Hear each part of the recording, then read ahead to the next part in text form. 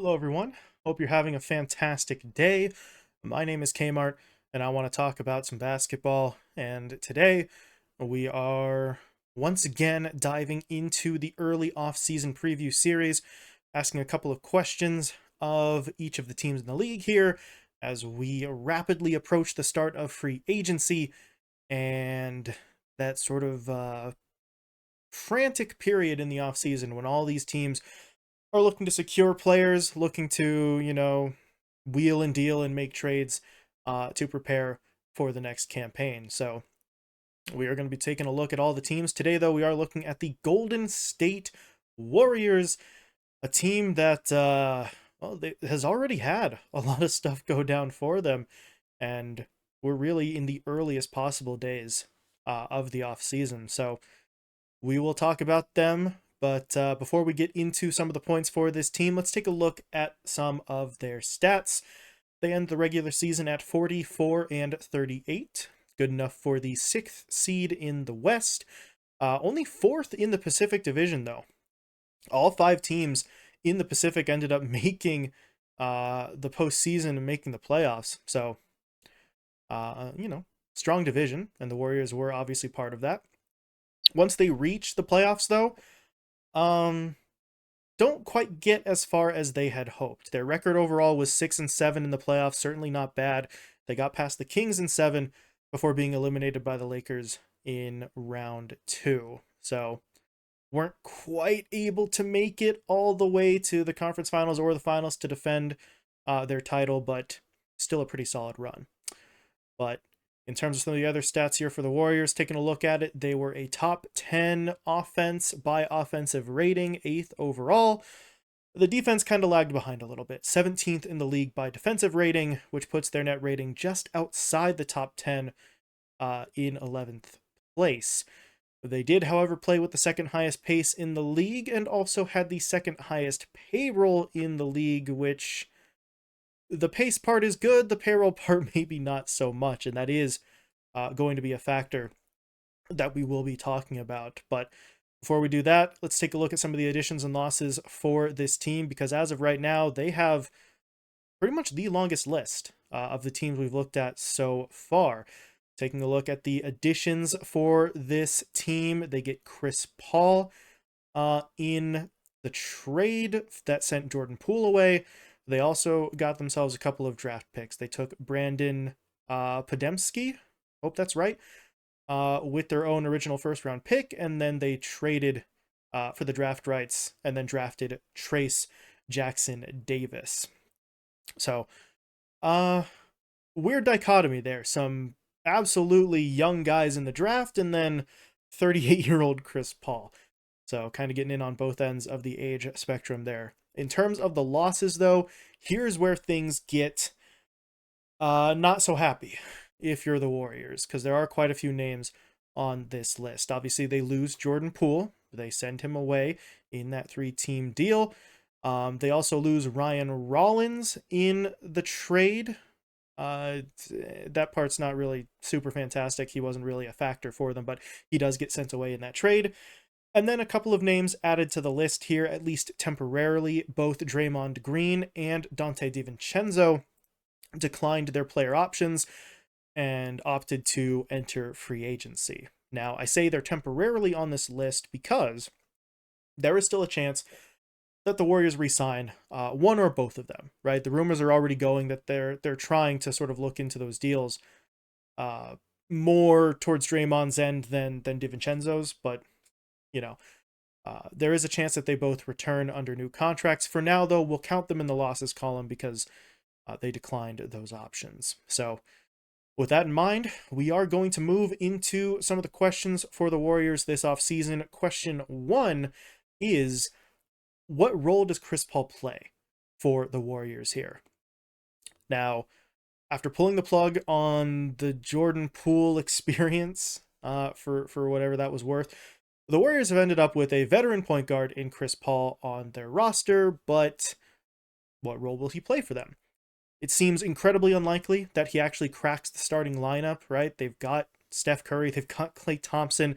That is your 1-2 in the backcourt, and I don't think Chris Paul changes that. So the immediate thought here would be that Chris Paul is a guy off the bench, which I know Chris Paul off the bench sounds a little bit funky, but he would be the kind of guy that leads the second unit for this team. And honestly, if you get past the Chris Paul coming off the bench aspect, get your head past that and start looking at it from a different angle, it's not a bad play to make if all goes well for them.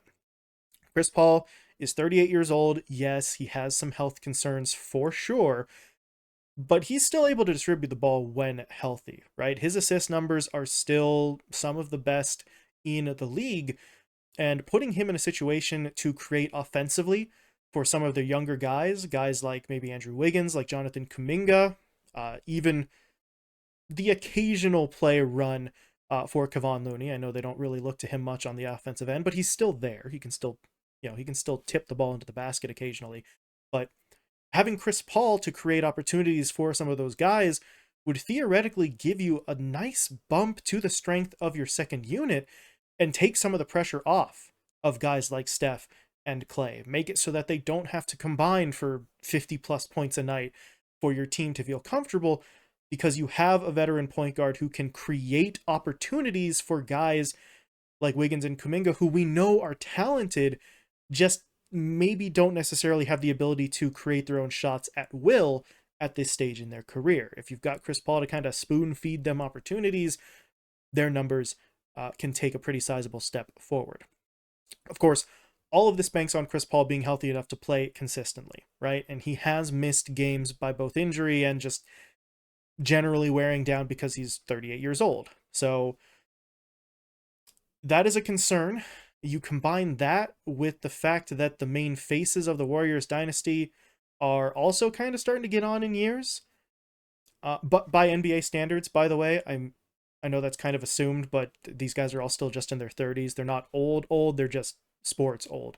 But if you take all that into consideration, that these guys are starting to age out a little bit, then adding another old veteran guy with health concerns does make this a pretty sizable risk.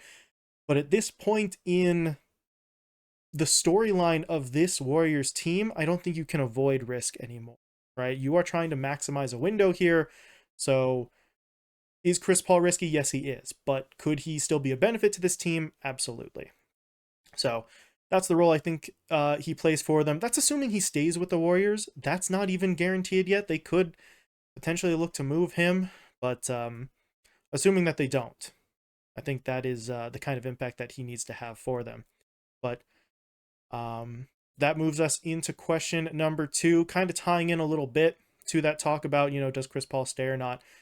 Question is, do the Warriors consider any further moves to go all in at the cost potentially of their future?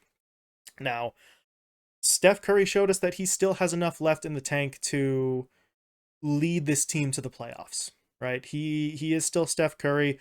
He still has that ungodly ability to hit shots that for the other 99.9% of the league look terrible, and he just sinks them anyway. But you have to admit at this point that some of the cast around him has kind of lost a step or two over the years that the Warriors dynasty has existed here. Klay Thompson, obviously you have to give him a lot of credit for coming back from just terrible injuries, like truly just potential career enders. And he still comes back, he still plays. Draymond Green obviously didn't have to deal with those injuries, but he has continued to sort of play for the team, and both Thompson and Green have continued to do what they've always done for this team. The problem is they're not doing it maybe quite as efficiently or as consistently as they had before, and now there's even uncertainty about whether or not Draymond Green is even coming back. He opted out of that player option. A lot of people in the Bay are trying to sort of keep people from panicking, saying, he's very likely to re-sign with the team anyway. But there's also a potential chance that he doesn't, that he goes somewhere else, right? You can't guarantee that he's back on the roster until he is literally back on the roster. So if the old guard is starting to regress or lose a step, start to show their age a little bit, or in the case of Draymond Green, potentially just leaving the team entirely, then your hope would be that some of the younger players, some of the guys who you've been developing over the past couple of years, would step up and move into those bigger roles. But that transition for the Warriors has not been as smooth as they might have originally hoped it would have been, right? They go out and they picked up guys like, like Kevon Looney, like Andrew Wiggins, like Jordan Poole, thinking these are the guys who could step into the roles that Steph and Clay and Draymond currently occupy.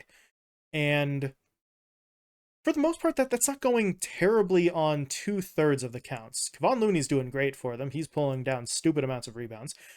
Andrew Wiggins continues to be good. He hasn't taken a step back in this last season. I wouldn't necessarily say that he's taken a step forward either, but he's remaining sort of at a consistent enough level. But then you did pull the plug on Jordan Poole. You sent him away. You traded him to Washington. So one of the three players you kind of said, yeah, we're not really feeling this anymore. But 2 out of 3 ain't bad. And that's where we get into some of the concerns here, right? Curry is still playing at an elite level. You cannot deny that. But there are concerns that exist about the roster around him. Are the old veteran players still able to produce at the level that we need? Are the young players ready to take those spots from them definitively and transition into a new era? They're not 100% sure. So, could the Warriors do something drastic? Could they make some big dramatic move to bring in a big name, some sort of form of reinforcement for 1 or 2 more runs at the title? They could. I'm not sure if they will, because if the team were going to do that, they would have to part with some pretty sizable assets and would also have to make players available who in previous years would have been basically untouchable. And by that I mean you would basically have to make everyone other than Steph Curry available for a trade. You would have to be willing to part with guys like Klay Thompson potentially, with guys like Kuminga or maybe even Looney to bring in that sort of big name. But that would pose a pretty sizable risk. But as we mentioned when we were talking about Chris Paul, the dynasty window is closing. You are sort of going down. The sun is setting on this version of the Warriors. So there's no way to extend that without taking a risk of some sort. Do they feel that that risk is worth it? Or do they feel that they can still maybe work with what they've got? Because what they got did still get them the 6th seed and a 2nd round exit, which is still not bad. And I think, honestly, they could have won that series against the Lakers. A lot of things didn't go their way, especially late in games. So maybe they feel like they're okay. Maybe they don't want to sort of break it up, do anything drastic, and they just try to run it back. But we'll have to wait and see. But that leads us into point number 3, though, for the Warriors, because this is kind of unavoidable. Question 3 is there any way to alleviate the luxury tax bill for the Warriors? And honestly, do they even care? The answer to that question is no. There really is no way to alleviate the tax bill. The Warriors spent without a care in the world for the consequences, and it got them multiple championships, right? They spent a lot of money to secure their core, and it got them multiple titles. That's the risk that you take, and that is now the trade-off. You spent the money, now that bill comes due, and there really isn't any avoiding it, unless you're going to try to move Steph or move Clay, because they're paid, Clay's paid 40-something million, Steph's making 50 million, right? So there's just too much money committed to these guys to cut down this bill in any significant way. They made that Jordan Poole trade, and I'm sure a lot of people initially sort of thought that maybe that was a cost-cutting move, but the salary that they get back in the form of Chris Paul pretty much balances that out. So really not a lot of money saved there. So if you're the Warriors, there's no getting around this. That bill is going to come due, and it is going to be massive. They will be over the threshold. They have been over the previous threshold pretty frequently over the course of this dynasty, and if you're going to have to pay the bill, you might as well just keep going with what you have, right? Maybe hope you can get one more title in there before you do have to pay that massive luxury tax bill. So, do they care? Yes, because that's a lot of money that they have to pay. That luxury tax is no joke. Can they do anything about it? Not really. It's far too late for that. So I would argue it was very much worth it, right? They built a dynasty. They won multiple championships. Steph and Clay are first ballot Hall of Famers. Draymond Green, first ballot. I don't. Who knows, right? Who knows how people are going to vote? But he can make a pretty solid case there as well. So you built something frankly legendary in Golden State. Now it's time to pay the costs for it. But that is going to do it for the Warriors. A lot of stuff for them to think about here, whether they really do want to go all in to try and extend out the sort of dynastic run that little bit more, or if they start looking to the future. But as always, let me know what you think. Should they try to overhaul this roster? What do you think about Chris Paul? Is he actually going to be a benefit for them? Will he be able to help that second unit in the way I described? Or do you think this is a gamble that's not really going to pay off? Or do you think they maybe even just look to move Chris Paul entirely? So feel free to share your thoughts. But other than that, thank you all so much for watching, and I will talk to you later.